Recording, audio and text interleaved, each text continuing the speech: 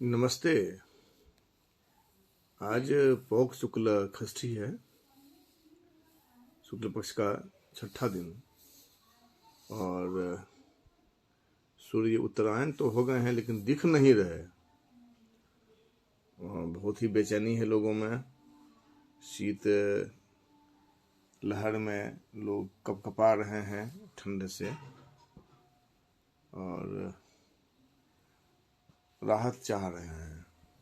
राहत मिल जाएगी, फिर जब ताप बढ़ेगा तो उससे फिर आतंकित होंगे।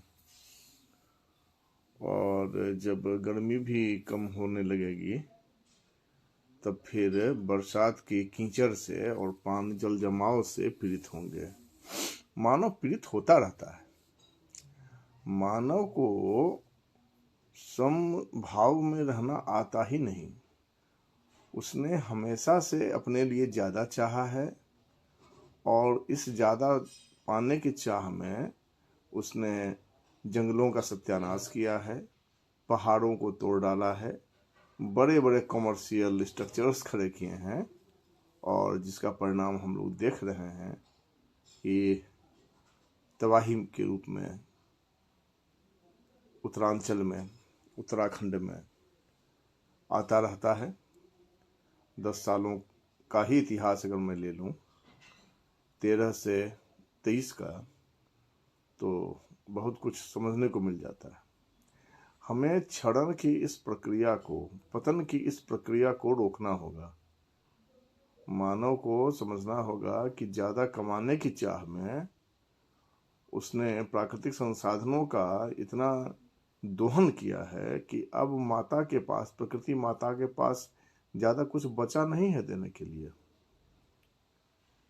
इसलिए एक तो आबादी पर अंकुश लगे, दूसरे हमारे मन पर अंकुश लगे। ये जो अनियंत्रित प्रवृत्ति है कि सब कुछ हम समेट लें और हमसे आगे कोई ना हो, कोई व्यक्ति भी ना हो और कोई जीव भी ना हो और सब पर हमारी हुकूमत हो, तो मेरे हिसाब से इस सोच का बहिष्कार होना चाहिए। इसकी जितनी निंदा की जाए उतना कम है।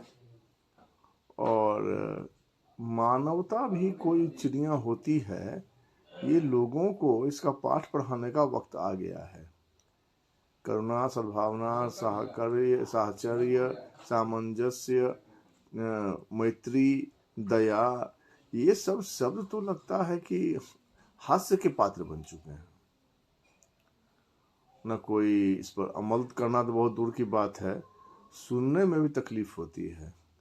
इससे अच्छा ताश का एक खेल हो जाए, एक बाजी हो जाए, वो लोगों को ज्यादा अच्छा लगता है।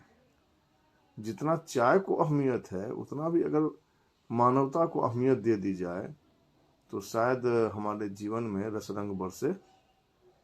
सब कुछ हम लोग एक फौरी तौर पर करते हैं। आज फलना दिन है तो ये कर लो, आज चिन्ना दिन है तो ये कर लो, लेकिन एक जो वो होना चाहिए, अंदर से जुड़ाव होना चाहिए, प्रकृति से जुड़ाव होना चाहिए, अपने आप से जुड़ाव होना चाहिए, वो नहीं है।